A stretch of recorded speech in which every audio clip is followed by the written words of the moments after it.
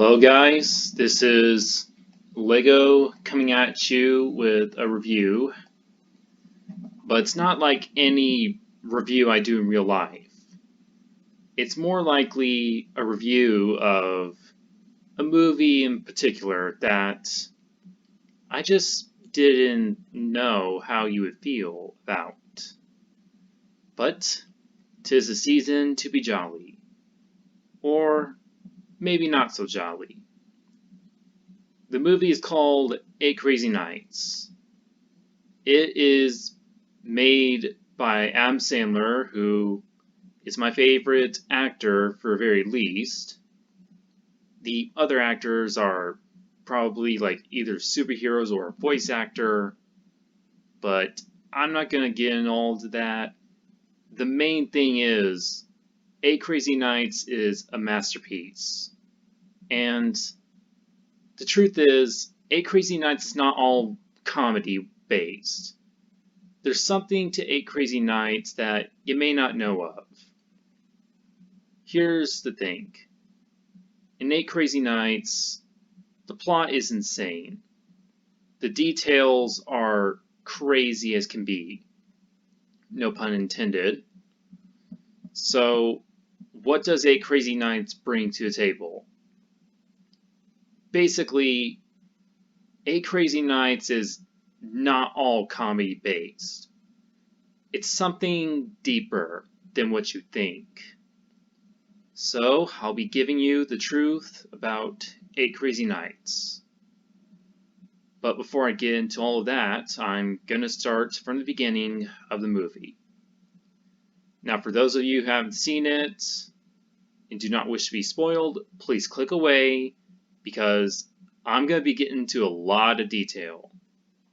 But for those who don't seem to care about it, follow along. This is an interesting movie. So, let's begin.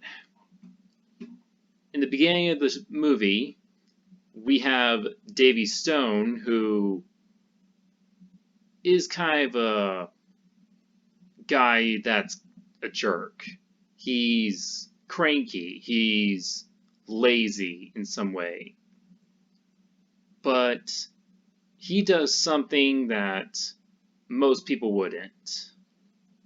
After he doesn't pay for his food, he's out on the streets, cruising on a trash can lid, which I don't know how that's even possible, and he's causing some trouble around town, and then he steals a snowmobile and destroys ice sculptures. So, after his incident, he's in the courtroom, receiving a sentence, but before he could receive something that bad, he has a friend named Whitey who comes in.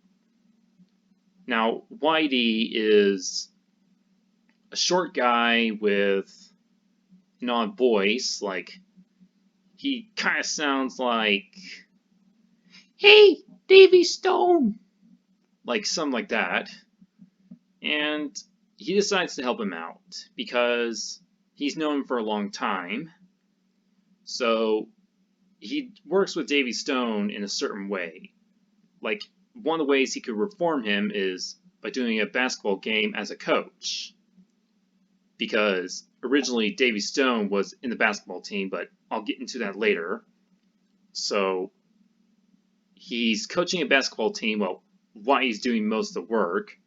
So as Whitey starts to get overwhelmed with this game just becoming a whole technical foul, that's a basketball term, Davy Stone jumps in and calls out on someone specific, that being a kid that's overweight, or more likely further than overweight, and he just says very rude things to the kid, and the kid's crying, and once he just makes things worse, start during the court, and Whitey here starts having a seizure due to some stress. So after the incident at the gym, they both head to the mall where he goes to clear his mind. And there are some references to some nice stores. You have KB Toys, which existed, and then you have a store called Radio Shack, which, if you don't know what Radio Shack is, it's a store that specializes in some electronic stuff. It used to be a thing, but now it's gone. And then there was See's Candies and all in the Foot Locker. So afterwards, they're eating some food, and Jennifer, who is played by Adam Sandler's wife, well, probably prior to their marriage, and she basically buys her son a Game Boy Advance, which is a Hanukkah gift, because they're Jewish, and the Game Boy Advance existed before the 3DS was even born, like even before your Nintendo Switch. So he's basically like looking at her in some way, and afterwards they're driving home and he admits to stealing peanut brittle, but Whitey forgives him and goes on home to Sister Eleanor. The next day, he's out cleaning some porta potties and gets messed with. But after that, another time, Davy Stone's in the gym, watching a basketball game, thinks he can beat those guys, and the guys challenge him. And he was good at the basketball game. Well, starts doing skins, and like before he could really play with Whitey, Whitey's knocked out. So Benjamin, who was in the gym too, tags along with Davy, and they both play a crazy game in some way. So after a basketball game, Benjamin swears because Davy taught him that, and his mother notices, and she tells him it's not okay to swear. Trust me, this movie has plenty of swearing.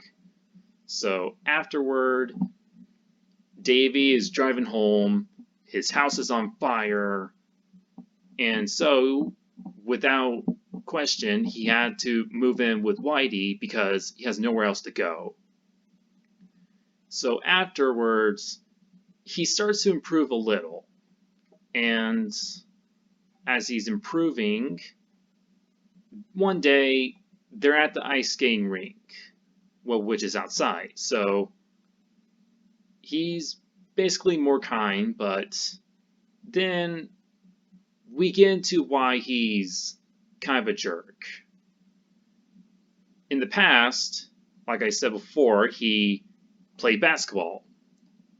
One night, he and the team were playing basketball and wanted to win the game for their parents, like as a gift.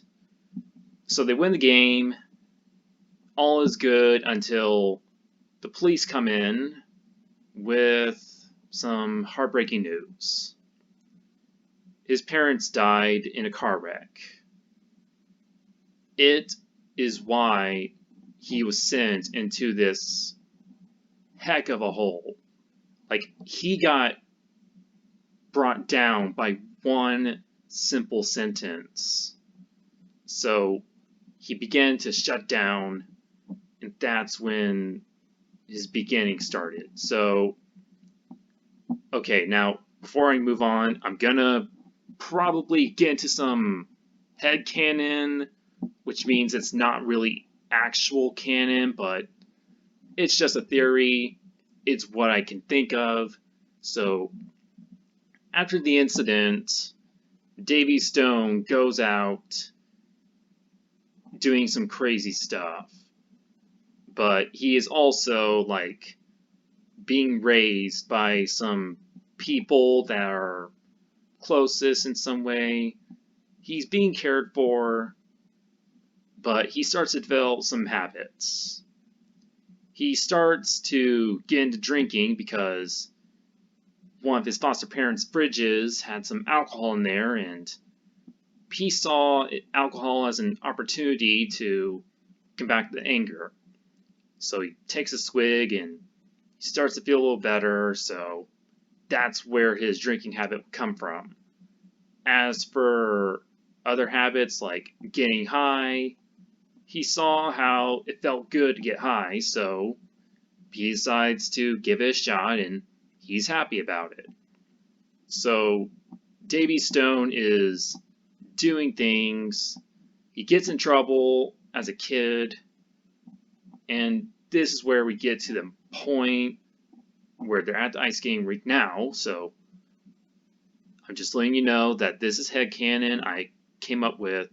So Whitey, he finishes the story and he's very offended because he's traumatized. So afterwards, he starts getting mad again and he throws Eleanor's wig out. Note that Eleanor's bald, which is kind of weird. He goes out and just sulks in his anger. So Whitey and Eleanor then go to this holiday event, and Whitey has this dream. He wants to be noticed for his hard work.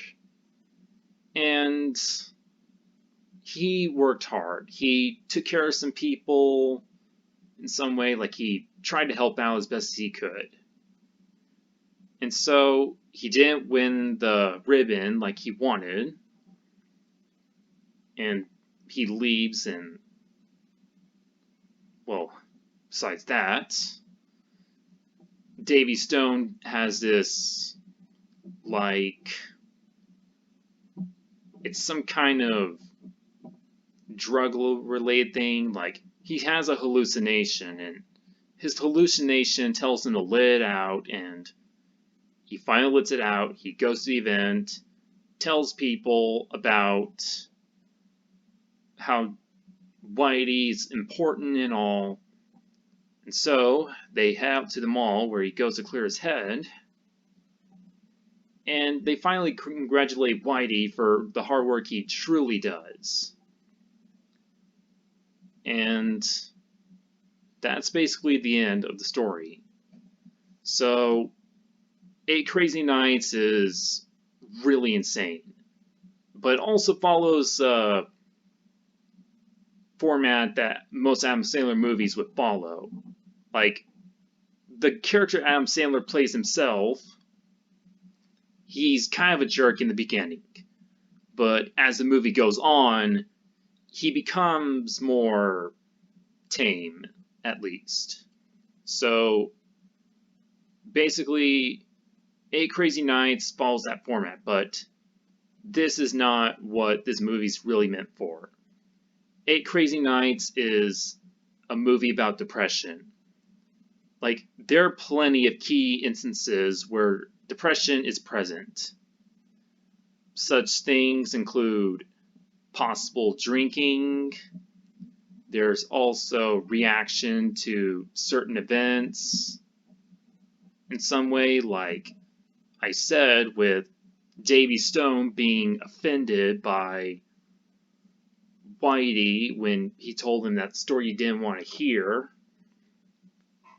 And another role of depression is he has issues with social interaction. He is limiting himself in some way. Another thing to depression is that it doesn't go away until you let some of it out. But another thing you have to have is you have to have emotional support to feel better.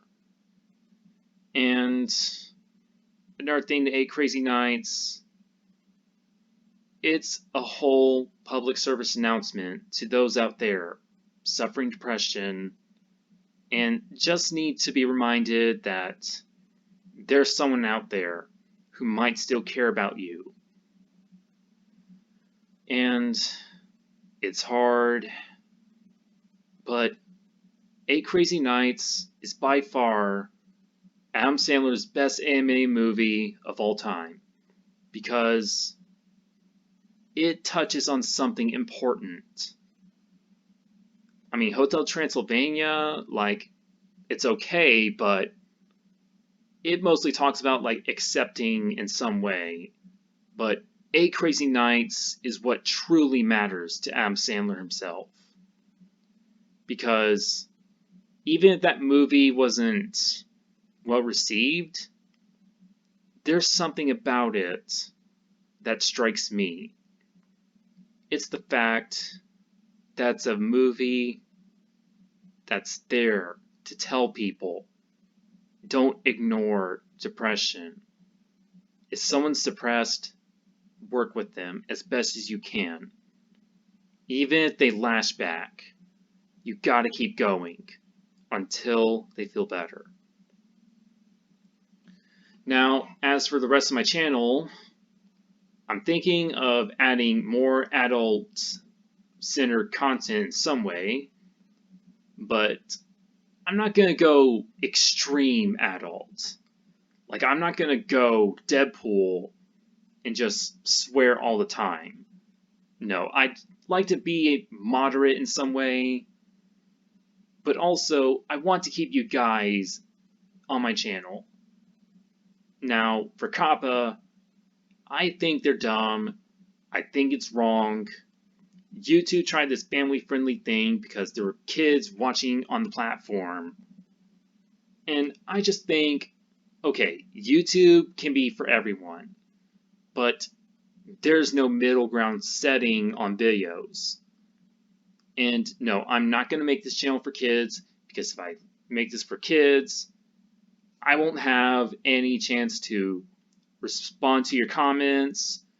You won't be able to have many things like notifications and all that. Like, it's just a problem for me. So I'm making this video to balance out my channel a bit.